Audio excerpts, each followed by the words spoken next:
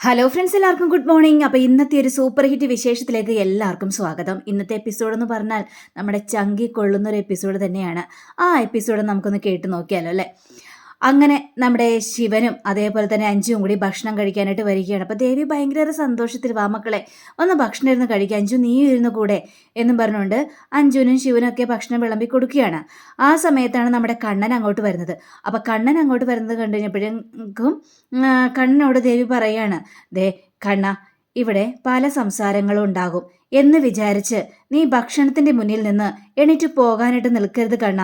അങ്ങനെ സംഭവിച്ചു കഴിഞ്ഞാൽ അറിയാലോ, ഭക്ഷണത്തിന് വേണ്ടി ഒരുപാട് ബുദ്ധിമുട്ടുന്നവരുണ്ട് നമ്മുടെ ഈ ലോകത്ത്.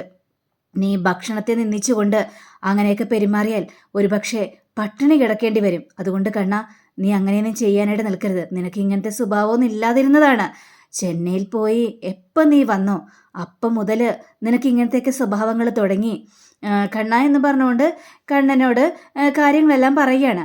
അങ്ങനെയെല്ലാം പറഞ്ഞുകൊണ്ടിരിക്കുന്ന സമയത്താണ് നമ്മുടെ ബാലൻ അങ്ങോട്ട് വരുന്നത്. അപ്പോൾ ബാലൻ അങ്ങോട്ട് വന്നു കഴിഞ്ഞപ്പോഴേക്കും ദേവി, ഹരിയപ്പം ഒന്നും വന്നില്ല ഭക്ഷണം കഴിക്കാനായിട്ട്? ഇല്ല, വന്നില്ല ബാലേട്ട, ഞാൻ അവരെ പോയി വിളിക്കാം. ശരി, നീ പോയി വിളിച്ചിട്ട് വാ. അപ്പം ഇത് കേട്ട് കഴിഞ്ഞപ്പോഴേക്കും ശിവൻ അത് ഇഷ്ടപ്പെട്ടില്ല. അപ്പം ശിവൻ എടുത്ത വൈകും, എന്തിനാ ദേവേച്ചി, എന്തിനാ ഇപ്പം ദേവിയെടുത്തി പോയി അവരെ വിളിക്കുന്നത്? വിശപ്പുണ്ടെങ്കിൽ അവർ വരും, അല്ലാതെ അവരുടെ പിന്നാലെ നടന്ന് വിളിക്കേണ്ട ആവശ്യമൊന്നുമില്ല.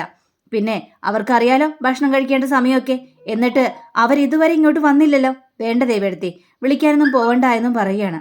അപ്പം ഇത് കേട്ട ബാലനാണെങ്കിൽ, എന്തിനാന്നേ, അവരെ വിളിക്കട്ടെ പോയി, അവരെ വിളിച്ചെന്ന് വിചാരിച്ച് യാതൊന്നും സംഭവിക്കാനായിട്ട് പോകുന്നില്ല. താന്ത് ചെല്ലു ദേവി എന്ന് പറഞ്ഞുകൊണ്ട് ദേവിയെടുത്തിയെ പറഞ്ഞു വിടുകയാണ്.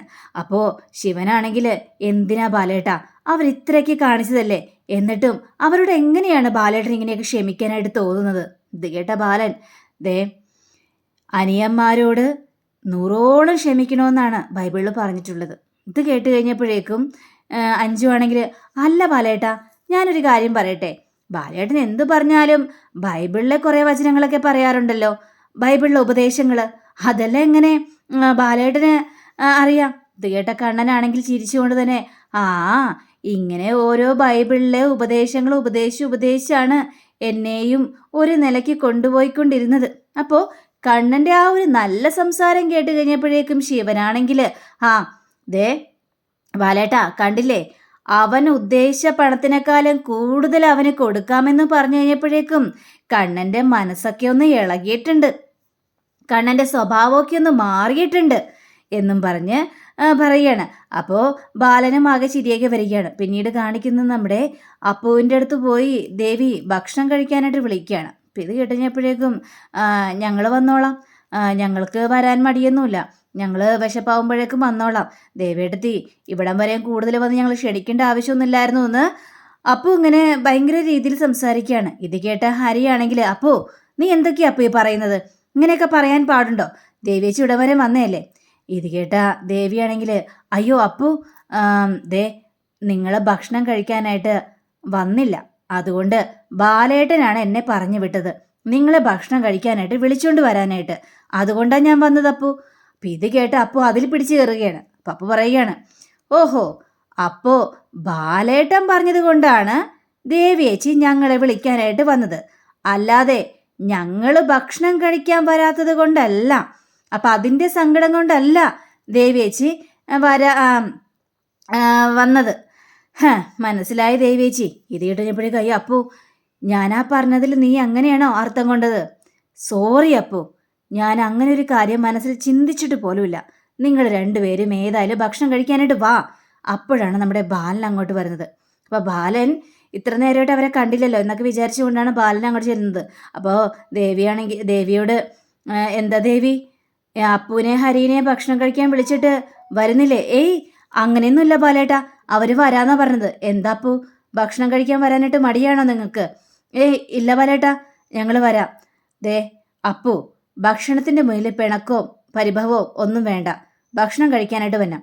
അപ്പോഴേക്കും നമ്മുടെ ദേവൂട്ടിയാണെങ്കിൽ, അമ്മയ്ക്ക് ഭക്ഷണം വേണ്ടെങ്കിൽ വേണ്ട, ഞാൻ ഏതായാലും ഭക്ഷണം കഴിക്കാനായിട്ട് പോവുകയാണ്, എൻ്റെ അമ്മ വന്ന് വിളിച്ചല്ലേ.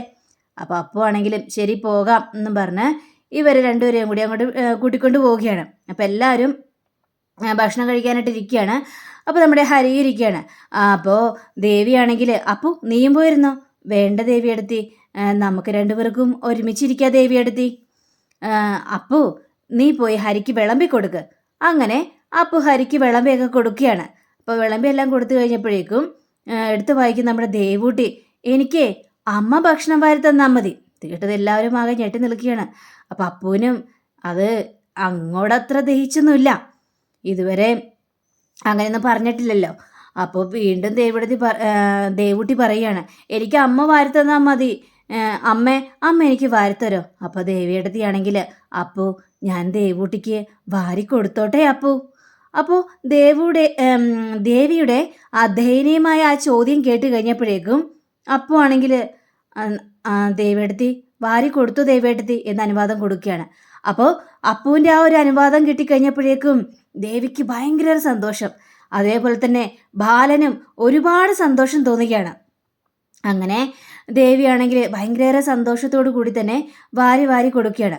ആ സമയത്ത് കണ്ണൻ എന്തൊക്കെയൊക്കെ പറഞ്ഞു കഴിഞ്ഞപ്പോഴേക്കും നമ്മുടെ ദേവുട്ടിയാണെങ്കിൽ, അതെ ഞാനേ കണ്ണൻ കൊച്ചച്ഛന് ഒരു പേരിട്ടിട്ടുണ്ട്, അതെന്താന്ന് നിങ്ങൾക്ക് അറിയാവോ എന്ന് ചോദിക്കുകയാണ്.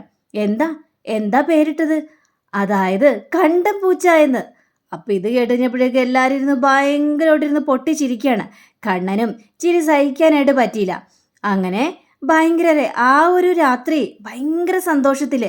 അപ്പോൾ ബാലനാണെങ്കിൽ ദേവിയെ നോക്കിയാണ്, ദേവി അതേപോലെ തന്നെ ബാലനെ നോക്കിയാണ്. അപ്പം അത്രയും സന്തോഷം മുമ്പാണ് ഉണ്ടായിട്ടുള്ളത്. കുറേ നാളത്തേക്ക് ഇങ്ങനെ സന്തോഷമൊന്നും ഉണ്ടായിരുന്നില്ലല്ലോ. എപ്പോഴും ഭക്ഷണം കഴിക്കാനായിട്ട് വരുമ്പോൾ വഴക്കും വക്കാണവും ഒക്കെ പറഞ്ഞുകൊണ്ട് ഓരോ കാര്യങ്ങൾ തെറ്റിപ്പിരിയുമായിരുന്നു. പക്ഷേ ഇപ്പോഴേ അപ്പുവിൻ്റെയൊക്കെ മനസ്സ് മാറി, അപ്പു കൊച്ചിന് ഭക്ഷണം വാരി കൊടുക്കുക എന്നും പറഞ്ഞുകൊണ്ട് അങ്ങനെ അവർ ഓരോ കാര്യങ്ങളും പറഞ്ഞ് സന്തോഷത്തോടു കൂടി തന്നെ ആ രാത്രി അവിടെ കഴിച്ചു കൂട്ടുകയാണ്. ഭയങ്കര സന്തോഷമായി. അങ്ങനെ പിറ്റേ ദിവസം രാവിലെ ആയി കഴിഞ്ഞപ്പോഴേക്കും നമ്മുടെ അഞ്ജു നേരെ അടുക്കളയിലേക്ക് ചെല്ലുകയാണ്. അപ്പോൾ അടുക്കളയിലേക്ക് ചെന്ന് കഴിഞ്ഞപ്പോഴേക്കും അടുക്കളയിൽ ഒന്നും ഉണ്ടാക്കിയിട്ടില്ല, ഒരു ചായ പോലും തിളപ്പിച്ചിട്ടില്ല. പഞ്ചുന് ഭയങ്കര സംശയം, ഇതെന്താ ദേവിയെടുത്ത് ചായ ഒന്നും തിളപ്പിക്കാതിരുന്നത്? എന്തെങ്കിലും ആവട്ടെ, താൻ ചായ തിളപ്പിക്കാന്നൊക്കെ വിചാരിച്ച് കുറച്ച് പാലെടുത്തിട്ട് നേരെ ഗ്യാസിൽ വെച്ചിങ്ങനെ ചായ തിളപ്പിക്കുകയാണ്. അപ്പോഴാണ് അപ്പുവിൻ്റെ വരവ്. അപ്പോൾ അപ്പു അഞ്ജുനോട് ചോദിക്കുകയാണ്, എന്താ ദേവിയെടുത്ത് ഇതുവരെയും പൂജാ റൂമിൽ നിന്ന് ഇറങ്ങിയില്ലേ? ഇല്ല അപ്പു, ദേവിയെടുത്ത് പൂജാ റൂമിലില്ലേ? ഇല്ല, പൂജാ റൂമിലില്ല. ഇവിടെ ഉണ്ടാവുന്ന വിചാരിച്ച് ഇവിടെ വന്നത്, ഇവിടെ ഇല്ല. അതുകൊണ്ട് എല്ലാവർക്കുള്ള ചായ ഞാനിടാന്ന് വിചാരിച്ചു. അപ്പോൾ ദേവിയച്ചിയുടെ പോയി അമ്പലത്തിൽ പോയിട്ടുണ്ടാവും. ഒരുപാട് നാളുകളായില്ലേ ഇങ്ങനെ എല്ലാവരും കൂടി സന്തോഷത്തോടെ ഭക്ഷണമൊക്കെ കഴിച്ചിട്ട്. ഇന്നലെ രാത്രി ഭയങ്കര സന്തോഷമായിരുന്നില്ലേ, അതുകൊണ്ടായിരിക്കും അതിനുള്ള വഴിപാടൊക്കെ കഴിക്കാൻ വേണ്ടി ദേവിയച്ചി അമ്പലത്തിലേക്ക് പോയിട്ടുണ്ടാവുക. സന്തോഷമൊക്കെ വന്നാൽ ദേവിയച്ചി അമ്പലത്തിലേക്ക് പോകുമല്ലോ, അത് പതിവുള്ളതാണല്ലോ. അപ്പം ഇതൊക്കെ കേട്ട് നമ്മുടെ അപ്പു ആണെങ്കിൽ ഭയങ്കര സങ്കടത്തിൽ നിൽക്കുകയാണ്. അതെ അഞ്ജു, ഞാനേ ഇന്ന് ഭയങ്കര മോശമായിട്ടാണല്ലേ പെരുമാറിയത്. എനിക്കിതൊക്കെ ആലോചിക്കുമ്പോൾ ആകെ സങ്കടം തോന്നുന്നു. ദേവൂട്ടിക്ക് ഇന്നലെ ഭക്ഷണം വാരി കൊടുത്തോട്ടെ എന്ന് ദേവേച്ചി എന്നോട് ചോദിച്ചില്ലേ, അത് ചോദിച്ചു കഴിഞ്ഞപ്പോഴേക്കും എൻ്റെ മനസ്സിൽ വല്ലാത്ത സങ്കടം തോന്നി. അതുകൊണ്ടാണ് ഞാൻ വാരി കൊടുത്തോളാൻ പറഞ്ഞത്. ഇത് കേട്ട അഞ്ജു ആണെങ്കിൽ, അപ്പു നീ അങ്ങനെ പറഞ്ഞത് ഭയങ്കര നന്നായി, അതുകൊണ്ടാണ് എല്ലാവർക്കും സന്തോഷമായത്. ഒരു പക്ഷേ നീ വാരി കൊടുക്കണ്ട എന്ന് വല്ലതും പറഞ്ഞിരുന്നെങ്കിൽ ദേവേച്ചിക്ക് അത് താങ്ങുന്നതിൽ അപ്പുറം തന്നെ ആയേനെ. അല്ലെങ്കിലും നീ എന്തിനാ അപ്പോ ദേവേച്ചിയിൽ നിന്ന് കുഞ്ഞിനെ ഇങ്ങനെ അകറ്റി നിർത്തുന്നത്? അതിൻ്റെ കാര്യമൊന്നുമില്ല. നീ വലുതാകുമ്പോഴും കുഞ്ഞങ്ങനെ തന്നെ പെരുമാറുമെന്നാണോ? ഒരിക്കലും ഉണ്ടാകാനായിട്ട് പോകുന്നില്ല. ദേവൂട്ടി വലുതായി കഴിഞ്ഞാൽ അവളുടെ കാര്യങ്ങൾ അവൾ സ്വന്തമായിട്ട് നോക്കും. അപ്പോൾ അതിൽ തറഞ്ഞിട്ട് കാര്യമുണ്ടോ? അല്ലെങ്കിൽ ഇപ്പം തന്നെ നോക്കിയേ കണ്ണൻ്റെ കാര്യം എന്താണ്? കണ്ണനാണെങ്കിൽ കുഞ്ഞിലെ ദേവിയേട്ടത്തിയുടെ സാരിത്തുമ്പിൽ നിന്ന് മാറാതെ നടന്ന ഒരാളല്ലേ. ഇപ്പോൾ എങ്ങനെയാ ദേവിയേട്ടത്തെ എന്തെങ്കിലും പറഞ്ഞു കഴിഞ്ഞിട്ടുണ്ടെങ്കിൽ അപ്പ ചൂടായി കയറും. കണ്ണൻ്റെ സ്വഭാവം മാറിയില്ലേ? അതേപോലെ തന്നെയാണ് എല്ലാവരും. ദേവൂട്ടി എപ്പോഴും പഴയതുപോലെ തന്നെ നിൽക്കാനൊന്നും പോകുന്നില്ല.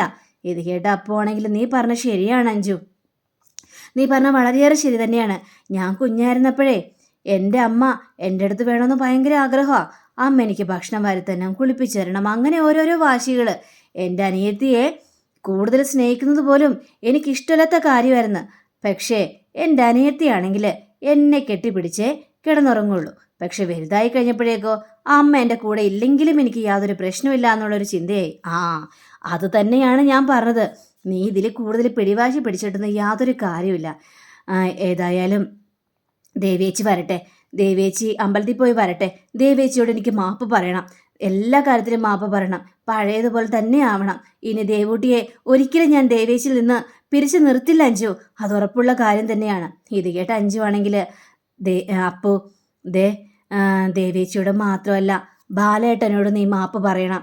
ബാലേട്ടൻ്റെ മനസ്സും അത്രയും വേദനിച്ചിട്ടുണ്ട്. ഞാൻ പറയാം അഞ്ജു, ഞാൻ പറഞ്ഞല്ലോ. ഞാൻ ബാലേട്ടനോടും ദേവേച്ചിയോടും ഒക്കെ മാപ്പ് പറയാം.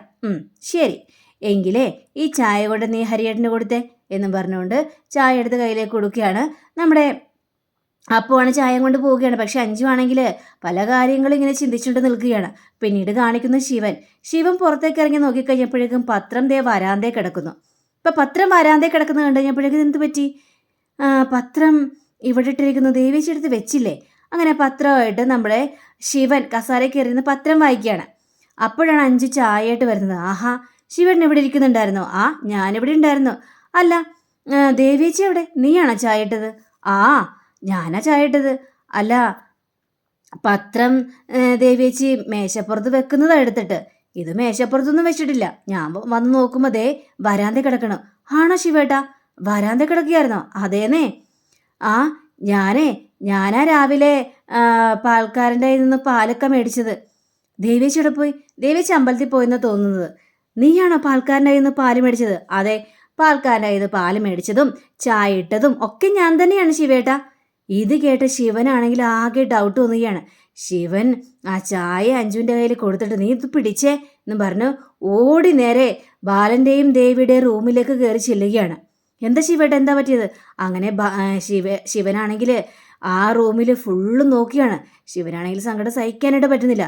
അങ്ങനെ നോക്കി വരുമ്പോൾ ശിവൻ അവിടെ ഒരു ലെറ്റർ ഇരിക്കുന്നത് കാണുകയാണ്. പെട്ടെന്ന് ശിവൻ അങ്ങോട്ട് പോയി ആ ലെറ്റർ എടുത്ത് വായിച്ച് നോക്കിയാണ്. അത് വായിച്ച് നോക്കിക്കഴിഞ്ഞപ്പോഴേക്കും ബാലൻ്റെ വാക്കുകളാണ്, വേദനിപ്പിക്കുന്ന കുറേ വാക്കുകൾ.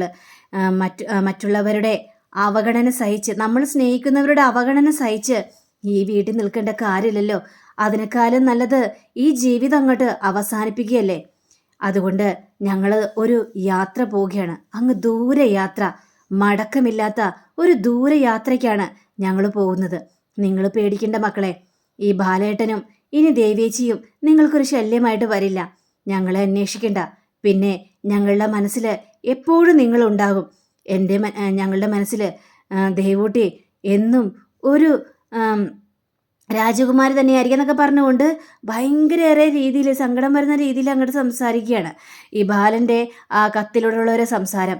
അപ്പോൾ ഇത് കണ്ടു കഴിഞ്ഞപ്പോഴേക്കും ശിവന് സഹിക്കാനായിട്ട് പറ്റില്ല. അപ്പോൾ ശിവനാണെങ്കിൽ പൊട്ടിക്കരഞ്ഞുകൊണ്ട് ആ കസാല അങ്ങോട്ട് ഇരുന്ന് പോവുകയാണ്. അപ്പോൾ അഞ്ജു വന്നിട്ട് എന്താ ശിവേട്ടാ, എന്ത് പറ്റി ശിവേട്ടാ?